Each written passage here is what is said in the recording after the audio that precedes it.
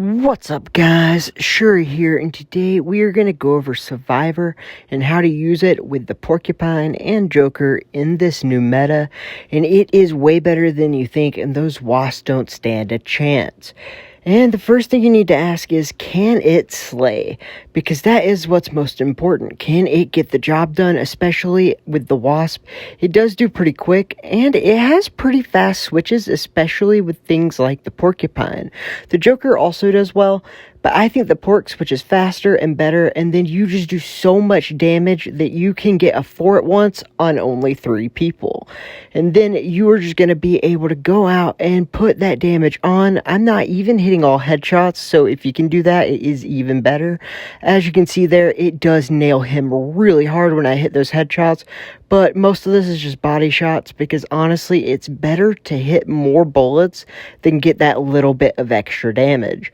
And the biggest thing is making sure you time the distance between them and you, because you can hit that Joker and save yourself a lot of ammo. Same thing with the porcupine, and it does so much damage, it saves you a lot. The biggest thing is the Survivor does not need the help. The Survivor does a ton of damage at small, medium, and long range. It doesn't necessarily need the shotgun. But what it does need is a little bit of help with ammo. And so if you can do the same damage or more with the shotgun, it saves you. And I'm going to go over this again in slow-mo so you can actually see what I was doing. So right here, we are going to see this guy right here and go try to help.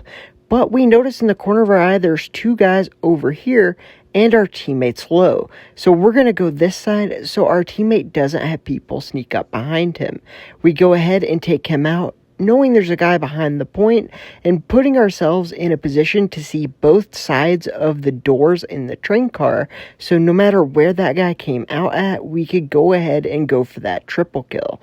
It ends up working out, and it looks a lot simpler than it is in fast motion, but when you slow it down, it makes a lot more sense of why I did the things I did, and how it ended up working out. And it's not just luck, it is all about positioning and seeing where people are on the map, which this combo does great because you can give people a bunch of burn damage and bleed damage, allowing you to track them much better. Using the bleed damage in multiple ways is going to help you a ton. And right now, we are going to use the bleed and fire damage to track these people and kill them in order. He ends up dying to his bleed damage, but we had the shotgun to kill him. We know there's a guy on the left side that's bleeding, so we back up behind that door and make sure that we kill the guy in the open, where the guy that had the bleed damage behind the building could not see us, and that way we have a better chance of living. Right here, we go out and we notice that sniper. We are gonna get both of them with bleed damage. That way we know where they are and we can take them down tactically. And sadly, that guy got a good cooter shot, but he ended up dying to my teammates. And again, bleed damage tacked on there so we could hit him with that predictive grenade, and it just really helps. And again, in multiple ways, we used it to kill that guy after we were dead. And another thing this combo does, if you play it smart, is live forever. Don't throw your life away. You can do so much on so little life with this combo, and it is just insane. So what we're going to do is get that guy down. We have 800 health and almost no armor, but because of support class, we can heal our armor and our health really easily, and we are going to take advantage of the Survivor and the shotgun to be able to kill very quickly. We noticed a guy was near the cart, so we went and took our scout to take care of business, and now we are going to go back and try to kill this guy. We're going to go check the spawn to make sure no one's coming behind us, and when we don't see them, that means they can only be one place, and that is the cart. Sadly, I ran out of ammo, or I would have got the unstoppable there. Luckily for us, he had bleed and fire damage, so we were able to take him out anyways. The main way we are living isn't just off of being able to heal and get all that stuff with our support class, while it does play a big part. Another part is just checking our corners and never really exposing ourselves too much. I mean, we're in the middle, but right here we are playing to where we're going back and forth, making it hard to snipe us and giving us visibility, just making sure that we are able to know where they are.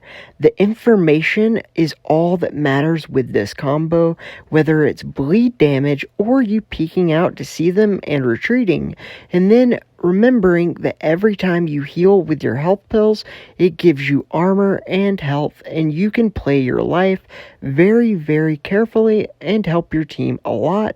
You have less deaths, and you're there to actually be alive and help your team. And this is not a thing that you're going to be camping all the time. It's in a very aggressive combo. It does very fast kills, and you need to make sure that you're kind of in range of your gun's sweet spots. And that means that you do need to play your timing right. And it feels almost like you're camping a little bit, but not really though. What you're doing is you're putting yourself in the best spot to be able to go and get those kills. And when it's time to get the kill, you need to be aggressive and play all out like a traditional rusher. The only difference is with all the damage over time you have so much ability to get information, and this allows you to be able to toy with your opponents, knowing where they're going to be, having that damage on them, running away just to double back, and then you can attack them on your terms, allowing you to get your shot off before they can, and giving you all of the advantage because of that aggressiveness after you've retreated and then you come back. This is mostly important because of how Wasp is, that you need to think about your positioning. Like right here, to get my team map control, I want to look over here at their spawn, but what I'm going to do is stand next to these boxes, so anyone who comes down that way cannot see me, and so when I jiggle peek, I will see them before they see me, and it allows me to get that first shot to make sure no Wasp sneaks up on me. I have been in the middle for almost 50 seconds and got a killing spree, allowing my team to get map control and a ton of positioning just by being sneaky and doing those little hit and runs. And the best part is, doing it this way and being sneaky, playing on the corners and playing the walls, sneaking out, hitting them like this, and retreating until you're ready to hit them with the shotgun, or just take them all out quickly with your survivor, makes Wasp pretty ineffective. You will always kill the Wasp before they get to you with your survivor, and if you're playing on another side of a wall, you can go out with your shotgun knowing that they're coming, so you can time it to where their Wasp does almost no damage to you. This comp is actually the anti-Wasp comp, and it took me a little while to figure out which one would be best, and it was a tie between this and Sunburst, and I will have a Joker with 4 different ARs that will be good against Wasp, and then I will have a full Sunburst comp that will be the next 2 videos I do. So don't worry, if you don't have Survivor, I will have a bunch of different ARs you can use and multiple shotguns, and we'll get you situated to where you don't really have to worry about the Wasp as much of a threat. But it is very important that you don't get caught in an area basically like that, because Wasp can kill you very quickly. He used Survivor, but it's the same kind of thing. You don't really want to get caught to where you're out in the open with no place to retreat. Right here, we are almost about to win, so I'm just putting out damage, thinking that, hey, if we can get 1 kill, it'll be great, so my team doesn't just run in there and die. Luckily, they did get low enough to where my team could go in there and get that win.